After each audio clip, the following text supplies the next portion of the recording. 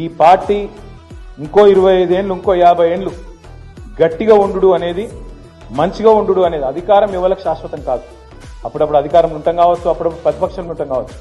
ఎట్లున్నా ఈ గులాబీ జెండానే తెలంగాణకు శ్రీరామ రక్ష. ఇది మనం మర్చిపోవద్దు. ఈ గులాబీ జెండానే తెలంగాణకు గుండె ధైర్యం. ఇది ఉన్నంత కాలం తెలంగాణ గలం విప్తనే ఉంటుంది. గలం విప్తనే ఉంటుంది. నేను ఉత్తగానే అంటలేను. మూసీ అని చెప్పి మూసీలో మీ రాజేంద్ర నగర్ నియోజకవర్గంలోని హైదర్ షా కోట్లో పక్కనే బౌద్ధపురాలో కిషన్ బాగ్ లో ఇష్టం వచ్చినట్టు అరాచకం చేస్తుంటే అడ్డుకున్నది ఈ గులాబీ జెండానే, మర్చిపోవద్దు. హైడ్రా పేరు మీద పేద ప్రజల గుండెలు ఆగిపోతుంటే, ఆ దౌర్జన్యాలు ఇష్టం వచ్చినట్టు కొనసాగుతుంటే అటు కోర్టుకు పోయింది, ఇటు నిలదీసింది, ప్రభుత్వాన్ని కడిగేసింది అసెంబ్లీలో. ఇదే గులాబీ జెండా, మర్చిపోవద్దు.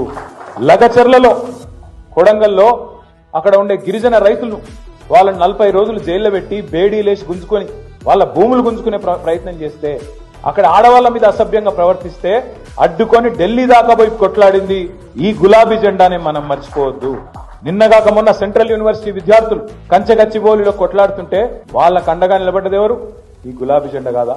అందుకే నేను అనేది, ప్రజలకు ఏ కష్టం వచ్చినా ఆనాడు ఉద్యమంలో, తర్వాత అధికారంలో, ఈరోజు ప్రతిపక్షంలో నిలబడ్డది, నిల్చునేది ఈ గులాబీ జెండా. అందుకే ఖచ్చితంగా ఈ గులాబీ జెండానే తెలంగాణ గుండె ధైర్యం అనే మాట మళ్ళొక్కసారి మీకు గుర్తు చేస్తూ, జై తెలంగాణ, జై కేసీఆర్.